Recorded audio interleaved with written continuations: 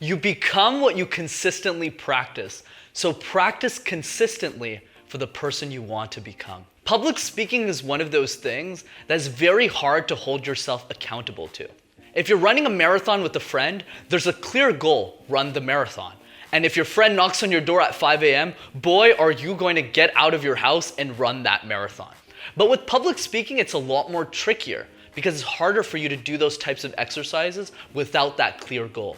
And that's exactly why in this week's episode of Master Talk, we'll be elaborating on my 3 daily exercises to help you master your talk on a daily basis. Hi everyone, I hope you're having a fantastic week. Brendan from Master Talk here, and today we're talking about the daily practices. So let's get into them.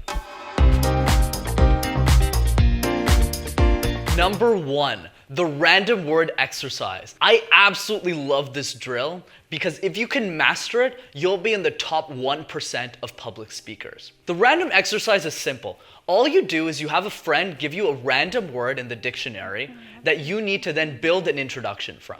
This is very interesting because if you're able to master this, you'll have a lot less stress in presentations. You'll also learn to think on your feet more faster, and you'll be able to give presentation, like spontaneous ones specifically, out of the cusp. I know this is a recording and I might be cheating, but let's use camera as an example to demonstrate this. Shots. The shots that you take aren't just pictures. They're experiences, they're moments that don't just last for yesterday, for today, or even tomorrow, but for a lifetime of shots. As you can see from the way that I just created a random introduction from camera, you can then use that for multiple different words and practice 5 words for 5 minutes every single day. Number 2, forced silence drills. The biggest difference between great speakers and exceptional ones is their ability to use silences as a way to make their presentations better. And forced silence drills help you make those differences by making your silences better and more strategic in your presentations.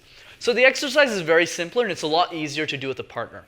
All you do is you have a partner record you give a presentation, right? So you're giving a presentation for a minute or 2.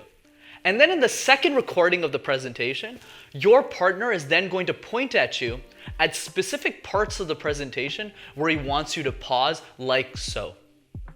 And then as you're speaking, when you watch both recordings, you will be shocked to see that the second recording sounds so much better with silences in them. This, done on a daily basis, will help you believe that silences will make you better and will also help you strategically weave them into your presentations so you can become world class. Number 3, the endless gaze. Building upon my last tip about forced silence drills, exceptional speakers can pause not just for 2, 3, or 5 seconds, but for a long period of time, whether that time happens to be 30 seconds or even a couple of minutes.